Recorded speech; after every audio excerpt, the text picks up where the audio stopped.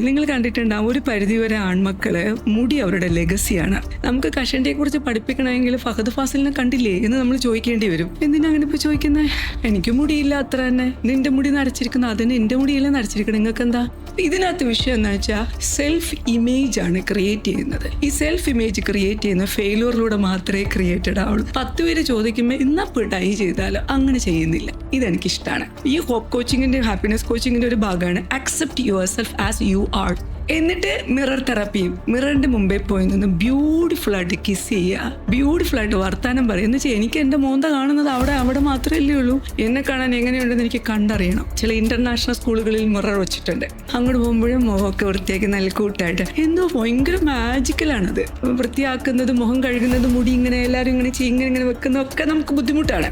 Even male and female gender ഒരുമിച്ച് ഭക്ഷണം കഴിക്കുന്നത് റെസ്ട്രിക്റ്റഡ് ആണ്. ഒരു ജെൻഡർ ഇങ്ങനെയുണ്ടെന്ന് പഠിപ്പിക്കേണ്ടുന്ന ഏജ് 2 വയസ്സ് തൊട്ടാണ്. ചില മത സ്ഥാപനങ്ങളിൽ ഈ ജെൻഡർ പഠിപ്പിക്കാൻ സമ്മതിക്കുന്നില്ല.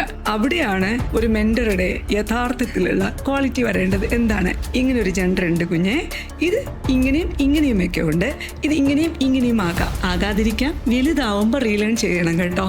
ബുദ്ധി ഇല്ലാത്തതുകൊണ്ടാണ് ഇവരിതെല്ലാം കേട്ട് പഠിക്കുന്നത്. ബുദ്ധി ഉറയ്ക്കുമ്പോൾ എല്ലാവരും തിരിഞ്ഞ് അവരെ വഴിക്ക് പോകും. അപ്പം നമ്മൾ ഒരു എത്തിയസ്റ്റ് എന്ന് വിളിക്കാം, ഒരു ആന്റി സോഷ്യൽ എന്ന് വിളിക്കാം, ആന്റി ഹ്യൂമൻ എന്നും വിളിക്കാം.